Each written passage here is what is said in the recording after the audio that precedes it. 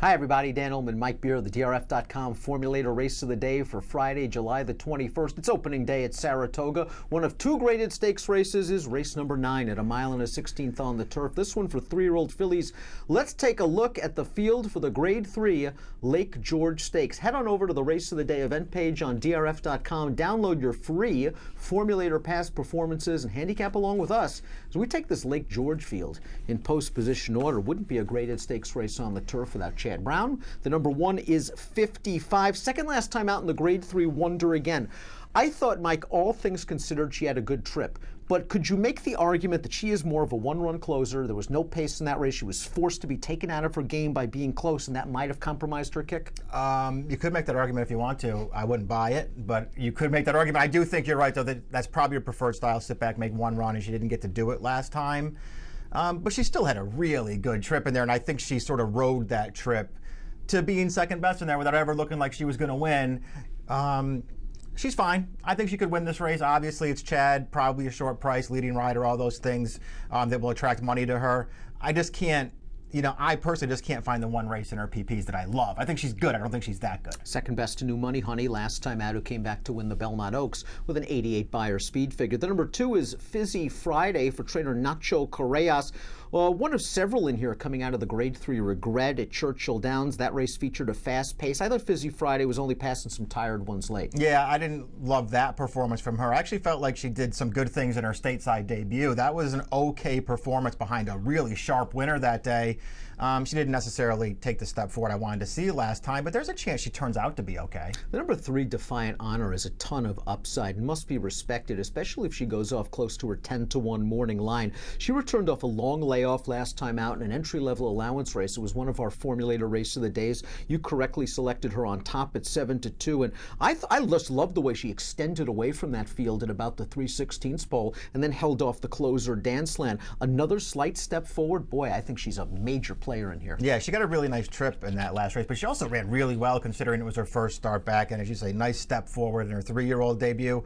To me, I know it's a step up in class here. She's facing some better horses. To me, she just has stakes horse written all over her for toner, and I think she fits really well in this field. Chubby Star of the 4 finally gets a little bit of a break from a post position standpoint. Her trainer, Horatio DePaz, who wins at an extremely high percentage, has always thought very highly of Chubby Star, putting her in against the boys in the Murphy 2 starts back, and was rewarded with a second place effort behind the talented Yoshida. Last time out in the Regret, listen, from post 12, they had to take her back. They were fortunate that they got a fast pace. She's still a little bit green, but it seems like she runs hard every time. Yeah, I guess the question is, can she improve a little bit more and beat this field? I do sort of feel like she has to improve a little bit to beat this field, but I sort of like the way that she's headed. I liked that effort from her 2 starts back in the Murphy. I don't love her last race, but I don't know if I really want to, get all caught up in holding that race against her. I think she's a legitimate, sort of horse to use somewhere in this race at what should be a pretty big price. 5 Corporate Queen has entered main track only, so we'll move to the 6 Super Marina, one of the true outsiders in this race. She won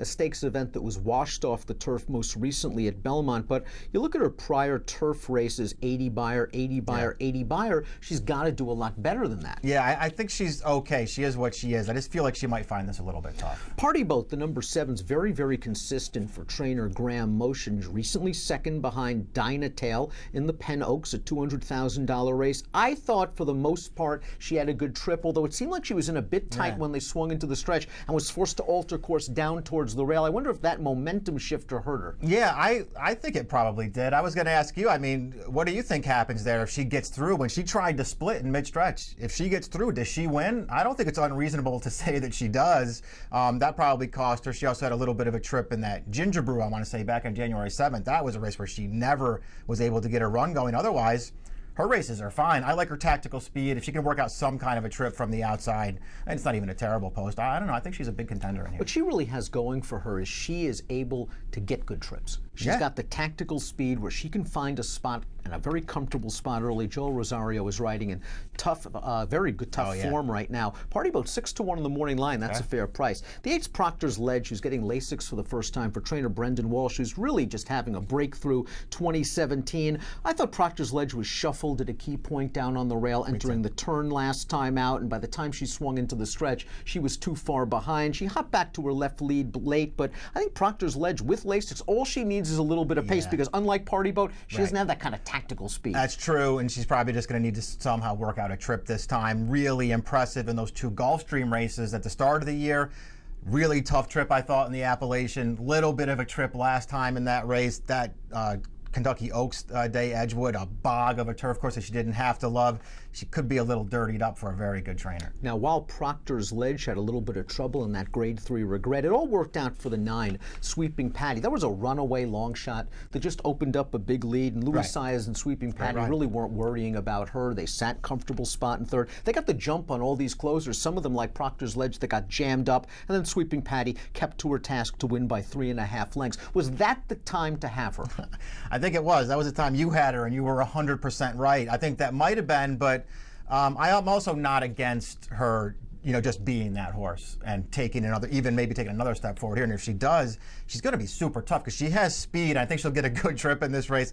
I don't know. I could go either way on her, so it's all going to come down to price for me. If she's one of the favorites in here, I will try to beat her, but I'm using her in the pick 4. She was good last time. Well, let's see where Sweeping Patty is going to be. Let's see where the rest of the field is going to be in the early portion of the race with the Timeform U.S. pace projector. And we see Sweeping Patty, the number 9, in a fairly comfortable spot sitting in 3rd. The 10 of Victory to Victory. Now, the blinkers are coming off Victory to Victory. And earlier in her career, without blinkers, she didn't show a lot of speed. She kind of morphed into a speedy horse at the beginning of this year. True. I have to admit, I've been very disappointed with her last 2 races. I guess in the Hilltop, you can say that was an extremely fast pace that she was contesting. What happened last time out in the alleyway? Yeah, I mean, maybe she just doesn't want to sprint. I don't know. They cut her all the way back to 6.5 furlongs in there. She was just sort of even.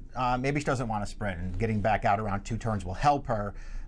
If it does, she'll beat me.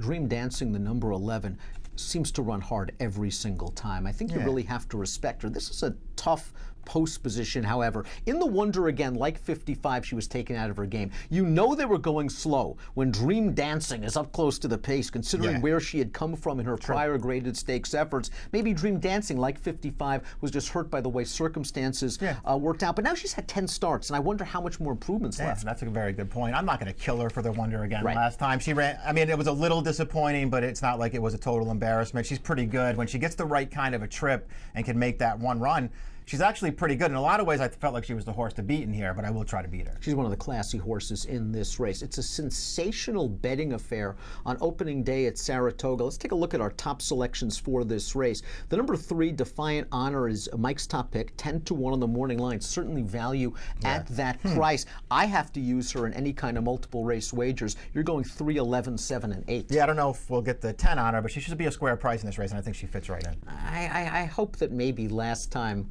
wasn't the time for Sweeping Patty, or at least there's one more time for Sweeping Patty. I think she can get a similar trip as she got last time out.